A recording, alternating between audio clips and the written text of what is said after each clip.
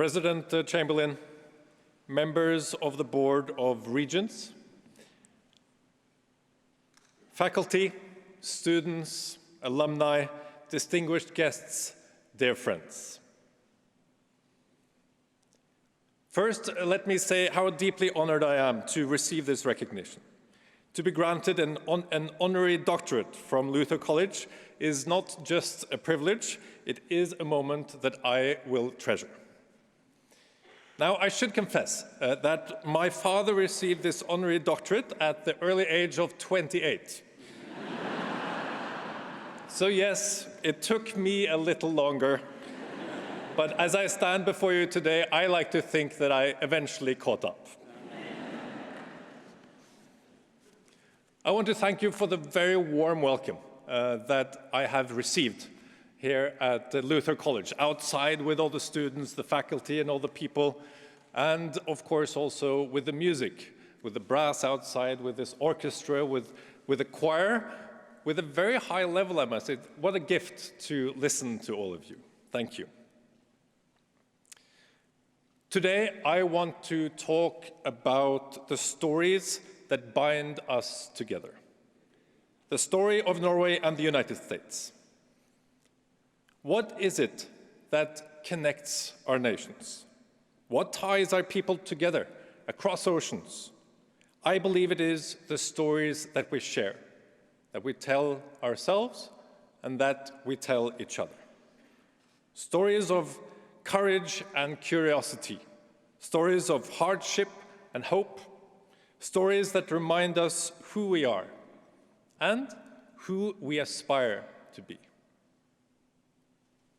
Let me start with one of those stories. It begins, as so many good stories do, with a man in leather clothes, long hair, and a helmet. Actually, without horns. As you know, the Vikings didn't have horns. I know that you can see some horns around campus.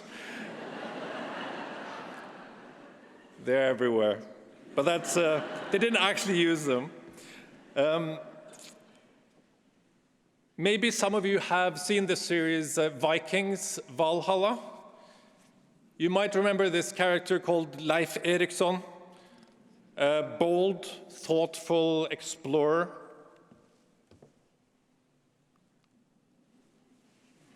Where am I pointing this? See? It worked. Here he is. Now, the show does take some liberties. Don't look to it for historical facts. But the true story is just as inspirational and interesting. As you know, Ericsson is believed to be the first European to set foot on the American continent over 1,000 years ago. I should note here that our understanding of the Viking Age continues to be shaped by the saga literature, which was often written down a couple of hundred years after the fact and formed as stories that would grip the reader. So maybe not the best source for accuracy. But we have found remains of Norse settlements in Newfoundland in Canada, so the Norse were there around this time.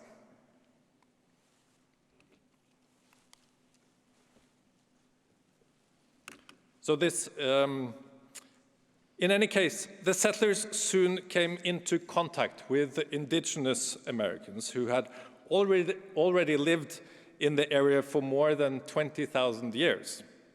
Sources suggest that there were trade between them, but they also indicate that there were episodes of conflict and violence, probably a bit of both.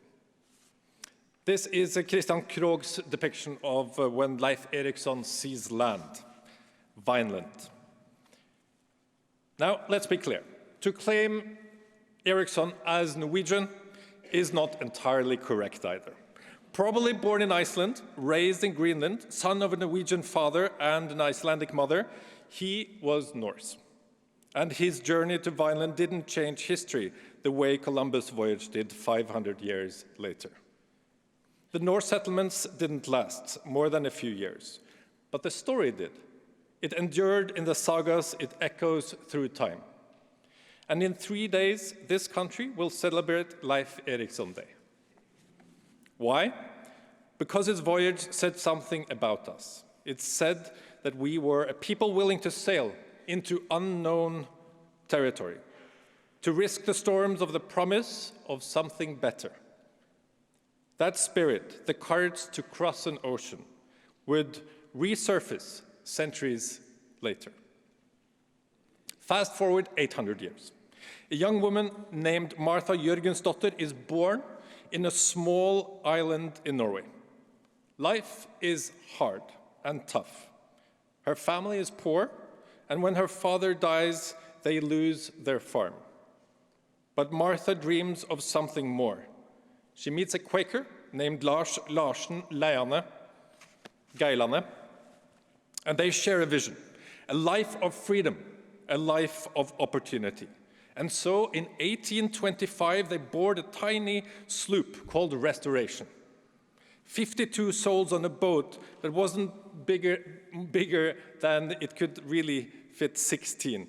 So they're quite crammed. Martha is also pregnant when she goes on board. After a 98-day journey through several storms in the Atlantic Ocean, the small vessel finally arrives in New York on the 9th of October. And when they step ashore, they are 53. Martha's child is born on the journey, a promise of a new life. It was considered a miracle that everyone survived. That voyage marked the beginning of something extraordinary.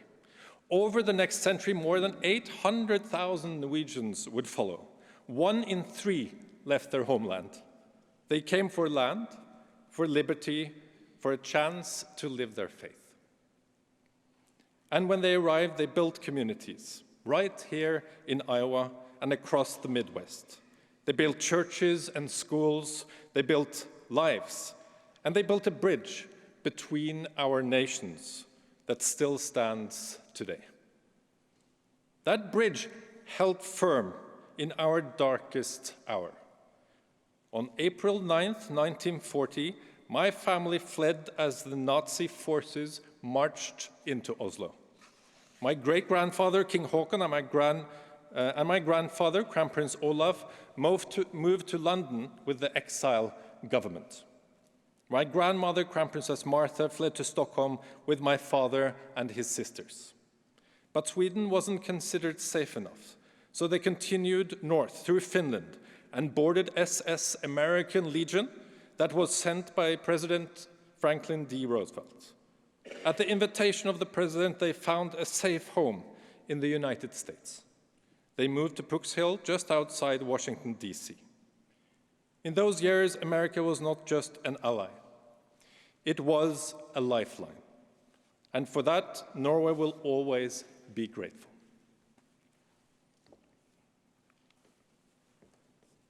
So here we see a picture. To the left, you can see the First Lady, Eleanor Roosevelt. My grandmother, my grandfather, Crown Prince Olav. In the middle is the mother of the president, Sarah Roosevelt. My grandmother, Crown Princess Martha, and President Franklin D. Roosevelt. I was showing these pictures to my father, and he said, "Oh yeah, that is Falla. That's the president's dog. He used to play with him." And here he is at the Potomac River, outside of DC, and he said, "See, I've been into fishing my whole life." He's a very, very keen fisherman. Half a century later, I came here myself, not as a refugee, but as a student. After serving in the Navy, I wanted to learn more about the world. And like so many before me, I looked to America, because this country has always believed in the power of knowledge, building some of the best learning environments in the world. Luther College is part of that proud tradition. It was an easy choice. My years at Berkeley were a time of freedom, intellectual and personal. I learned from impressive professors, and they were impressive. But I learned just as much from my fellow students, people from every corner of the globe with every kind of perspective. We didn't always agree, but we listened, We argued, we learned. And that is the essence of a free society. The courage to exchange ideas without fear.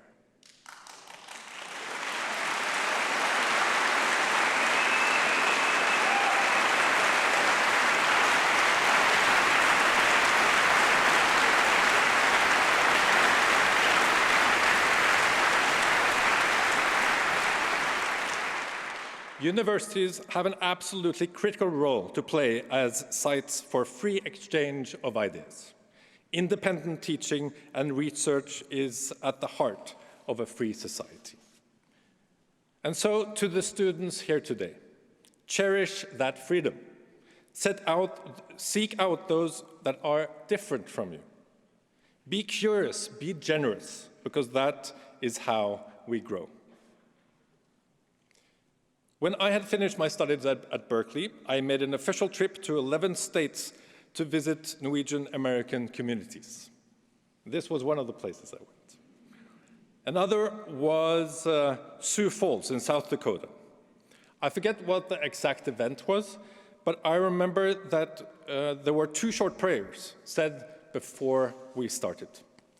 The first was given by a local priest, and the second by Tribal Chairman Webster Tuhawk. I'm paraphrasing here, but it went something like this.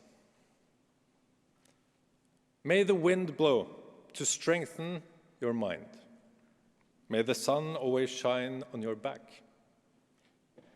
May the path you walk be smooth. May you find the strength to fight your inner enemies. May your life be in balance. There was something soothing about his words. They seemed universal and deeply human, like they could apply to people everywhere, at any time. Still, it felt like he was talking directly to me. Dear friends, thank you again for the honorary doctorate. I will carry it as a symbol of the close friendship between the United States and Norway. Thank you for keeping alive the stories that bind us together across oceans, across generations, across time. Thank you for your attention, and may your life be in balance.